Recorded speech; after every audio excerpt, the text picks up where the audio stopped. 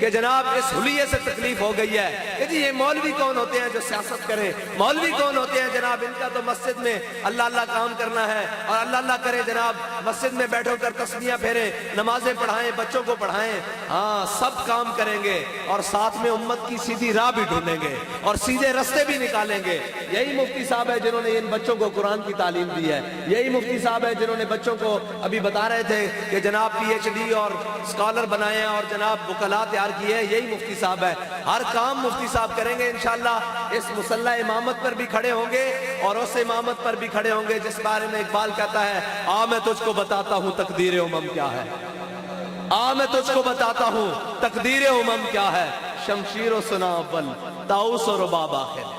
اقبال کہندا پہلے بدر جانا پہندا، پہلے احد جانا پہندا، پہلے خندق جانا پہندا، پہلے مریسی جانا پہندا، پہلے مستلق جانا پہندا، پہلے تبوک جانا پہندا، پہلے جناب جرموک جانا پہندا، پہلے قادسیہ جانا پہندا، پھر کیسر و کسرا دیے خزانے پیرا چاندے۔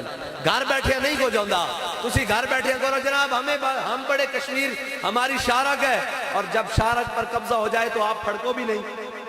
آج کسی کی ابھی کھڑی کر کسی کی شارک پر ہاتھ رکھ لیا جائے تو وہ 1 منٹ کے بعد جناب تڑپنا شروع ہو جائے گا، اور تمہاری شارک پر ہندو آ کر بیٹھ گیا تمہیں جو بھی نہیں رنگی، تم کہتے ہو آدھا گھنٹہ دھوپ پر کھڑے ہو جاؤ، آدھا گھنٹہ جناب احتجاج کرو، روڈوں پر کھڑے ہو کر کشمیر واپس ملا جائے گا۔ لوگ کہتے ہیں جی مولوی جذباتی باتیں کرتے ہیں۔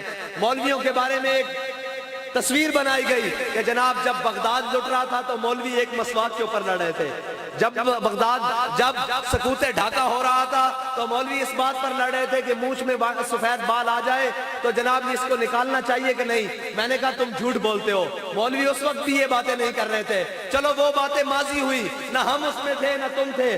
آج کشمیر لٹ رہا ہے، آج جناب فلسطین لٹ رہا ہے، آج پاکستان کا ہر مظلوم پس رہا ہے۔ مولوی تو آج بھی سٹیج پر کھڑا ہو کر کہہ رہا ہے کہ اوے غوری بار کٹو، اوے عبدالی بار کٹو، اوے خالد بار کٹو، اوے حتب بار کٹو، آؤ کشمیر آ کے لئیے۔ لیکن گھر بڑھ کے کون بیٹھے ہویا اجتو لے کے تھلے تک کسے دی جناب سر اتر جو بھی نہیں رنگی، اور یہی صرف کہنے کہ ہم کشمیر کے لیے جد و جہد کریں گے، ہم کشمیر کے لیے جناب فلاں کریں گے، ہم کشمیر کے لیے فلاں کریں گے، ہم اقوام متحدہ کے پاس جائیں گے، ہم یہ کریں گے، ہم وہ کریں گے۔ تمہیں ان کفن چوروں سے امید ہے کہ وہ تمہیں کشمیر لے کر دیں گے؟ بابا جی نے کہا تھا اے سارے بار کٹو تے میری ویل چیئر رکھو اگے تے شامی دا کشمیر فتح نہ ہویا تھا ساڑا نہ بدل کے رکھ دینا۔ کیا بات کیا بات، اللہ لبیک بھائی یا رسول اللہ لبیک۔